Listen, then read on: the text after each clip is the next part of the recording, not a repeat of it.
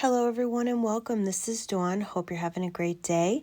Today I'm making another card in my birthday card series. I'm trying to build my stash of birthday cards. I don't know about anybody else, but for some reason I never have birthday cards when I need them. So anyway, I'm going to be using the Whimsy Stamps Elegant Butterfly Red Rubber Stamp, and you can buy the matching die to go with it. It die cuts the butterfly perfectly and it leaves like a little border, which I like. It doesn't cut it too close to the actual stamp part of the butterfly, which is really nice. Okay, so let's get started. I'm using my Misty stamping tool to stamp the butterfly. Make sure to take the foam insert out of the Misty because the stamp is so thick, and this is going to help you get a much better impression. Now I'm going to heat emboss my image, so I rub my paper with my embossing powder bag. Then I'm going to stamp my image with black VersaFine ink. I'm using this ink because it stays wet longer, and then I'm going to put clear embossing powder over it, but you could use Versamark ink with black embossing powder instead if that's what you have. I just find that the black embossing powder can be tricky to work with sometimes, and this to me is much easier. I pour clear embossing powder on it. I do pour kind of a lot on it since the image is so big and I want to make sure that I get good coverage. And when my heat tool is good and hot, I'm going to heat emboss the image.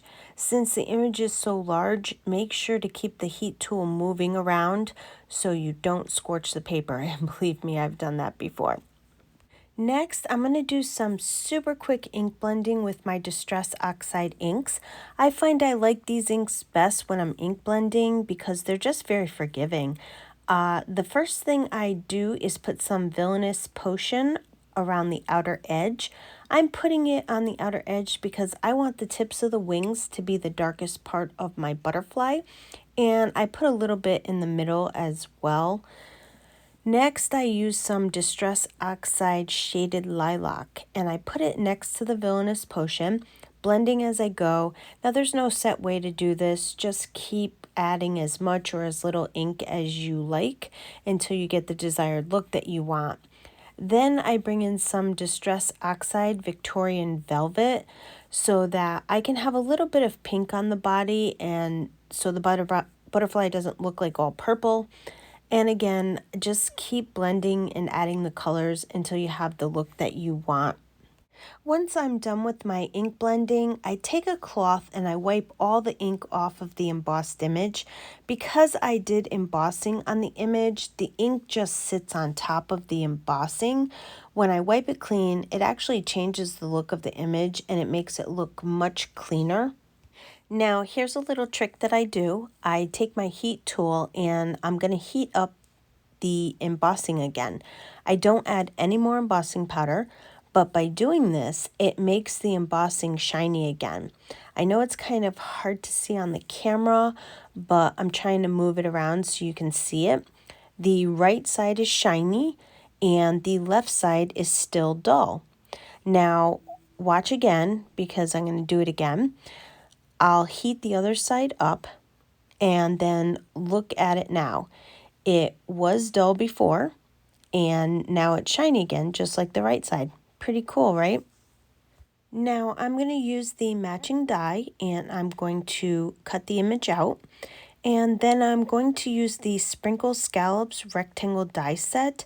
I'm going to use the largest die and I'm going to die cut it from some white cardstock. Next, I'm going to use the Autumn Layered Leaves stamp set, and I'm going to heat emboss the sentiment, Happy Birthday, in the top right-hand corner of the rectangle I just die cut. I rubbed my paper with the embossing powder bag. I stamped the image with black Versamark ink. I pour clear embossing powder on it, and when my heat tool is good and hot, I'm just going to quickly heat emboss the sentiment. I wanted to do something different for my background. I wanted to add some excitement to it because I thought the plain white was just a little too plain. So I had some very thin white string and I just tape one end to the back of the rectangle and I just wrap it around the card, kind of crisscrossing it here and there. I'm sorry I'm out of frame here. I didn't even realize I did that. Anyway, I had some pieces that were already cut, so I had to tape it multiple times, but you can use one continuous piece of string, and when you have the amount of string you want, you just tape the other end to the back of the card. Then I want the rectangle to be raised up because the string is behind it, so I put 4 pieces of foam tape on the back of it between the string, and then I put some glue on it so I can move it around if I have to.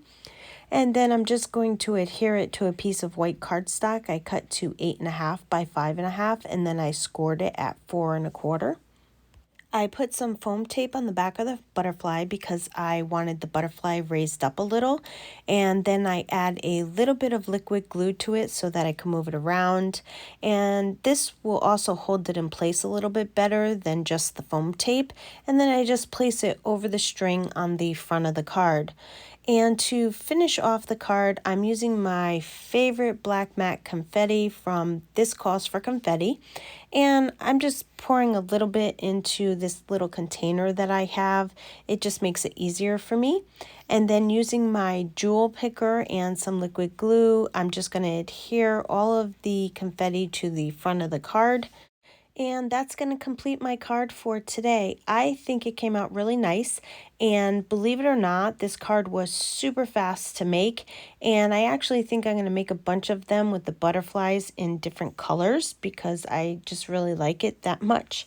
I want to thank you for joining me on the Whimsy Stamps YouTube channel. I would love for you to leave a comment below and let me know what you think of the card. Be sure to subscribe to the Whimsy Stamps YouTube channel and their other social media platforms so you don't miss out on any upcoming releases and great inspirational videos. Also, check out their website for all their new releases. And as always, thanks for stopping by and have yourself a wonderful day.